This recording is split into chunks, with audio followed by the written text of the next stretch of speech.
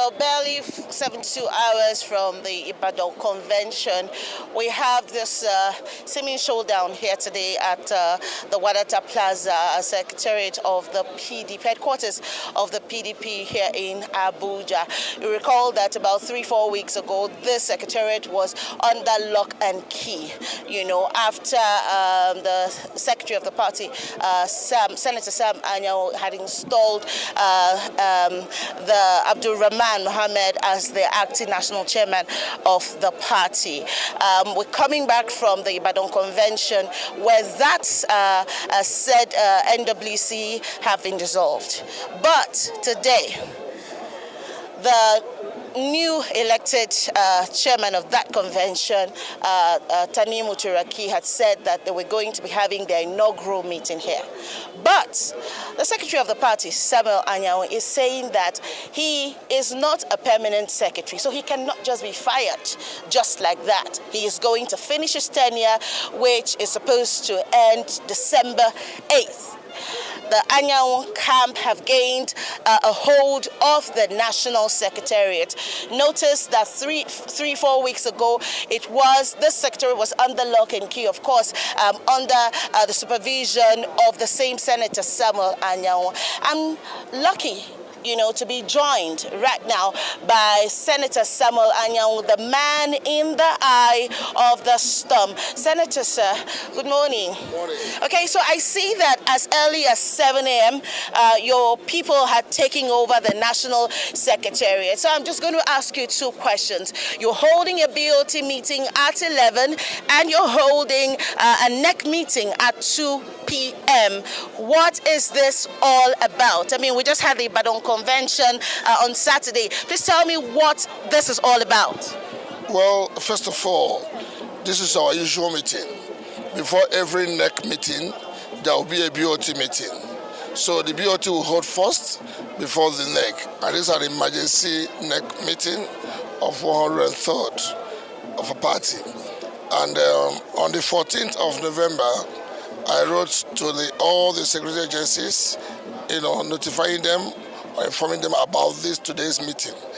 Since 14th, and they all acknowledged, and they said they're going to send a bill. Our usual practice that each time I go to have NEC meeting, we invite the security because a lot of people come around, so that pickpockets and all that.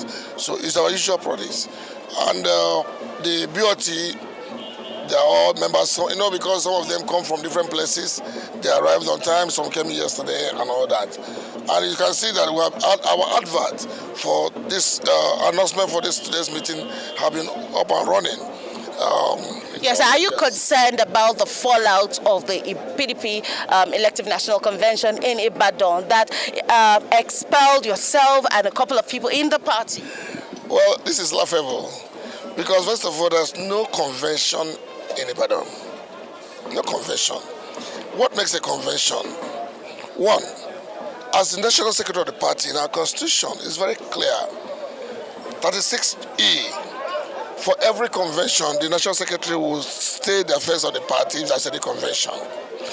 Two, every communication from the convention or NEC meeting is communicated to the members of the party by my office. I was not there. Three, there should be a 21 days communication to INEC that are going to hold a convention, and there's no such letter communicated to INEC. And of course, that's why we didn't see INEC there. Outside the court judgment that says we should not hold.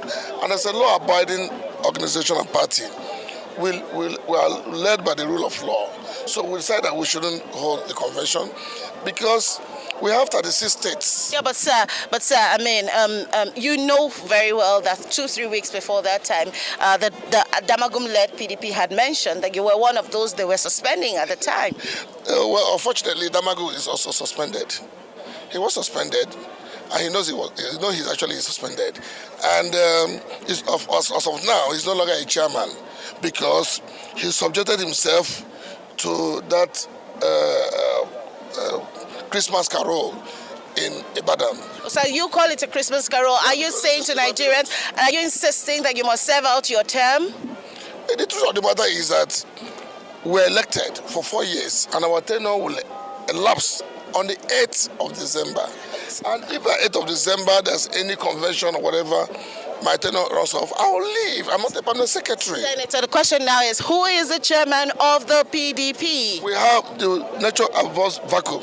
We have the acting national chairman, who is formerly the national vice chairman, North Central, Honorable Abraham Mohammed. He is now nominated as the acting national chairman of the party. So that's very different from Tanimu Turaki SAN, who came up from the convention. There's no convention. And he has the backing of the governors. Which governors?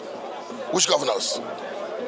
Which governors? The chairman of the so-called organizing committee of the convention, His Excellency Ahmed Fintri, walked out of the place because there's a court judgment and the INEC was not there. Senator, what is going to happen when the Tanimu Turaki guys show up here today? That's the PDP that we know.